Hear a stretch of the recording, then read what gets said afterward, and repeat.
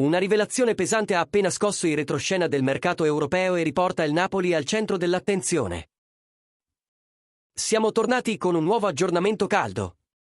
Di quelli che cambiano completamente lo scenario e alzano il livello delle aspettative della tifoseria azzurra.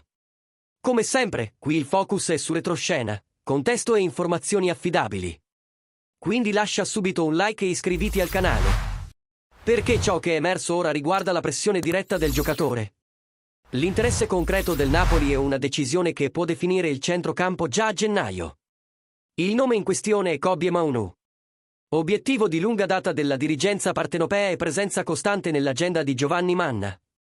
Il centrocampista inglese non è mai davvero uscito dai radar del club.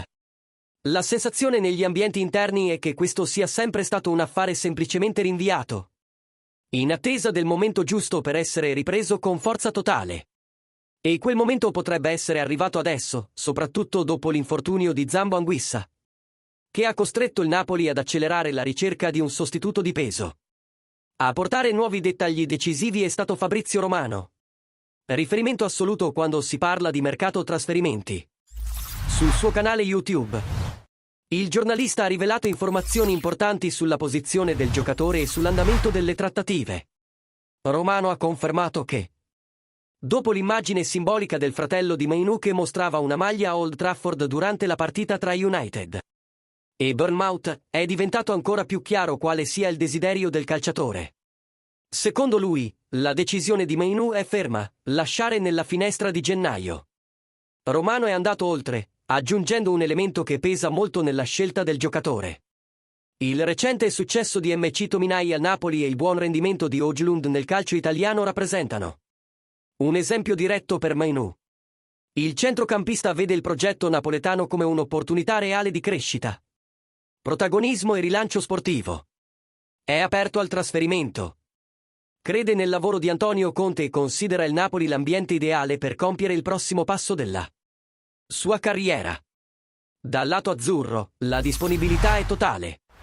Il Napoli è pronto a investire e considera Mainoo un obiettivo cruciale per la finestra di gennaio. La dirigenza ritiene che si tratti di un profilo strategico, capace di garantire intensità, qualità tecnica e un margine di crescita immediato. Il grande ostacolo, come sempre, resta il Manchester United, che deve ancora essere convinto a liberare il giocatore alle condizioni desiderate. Lo scenario, quindi, è tracciato: giocatore che spinge per partire, Napoli pronto ad agire e trattative in corso. Ora tutto dipende dalla posizione finale dei Red Devils. E adesso voglio sapere la tua, tifoso del Napoli.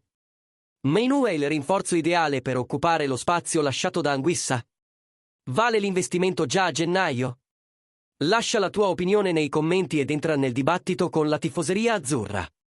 E se vuoi sostenere ancora di più il canale per continuare a portare retroscena caldi come questo, considera di inviare un super thanks, per noi è un supporto fondamentale.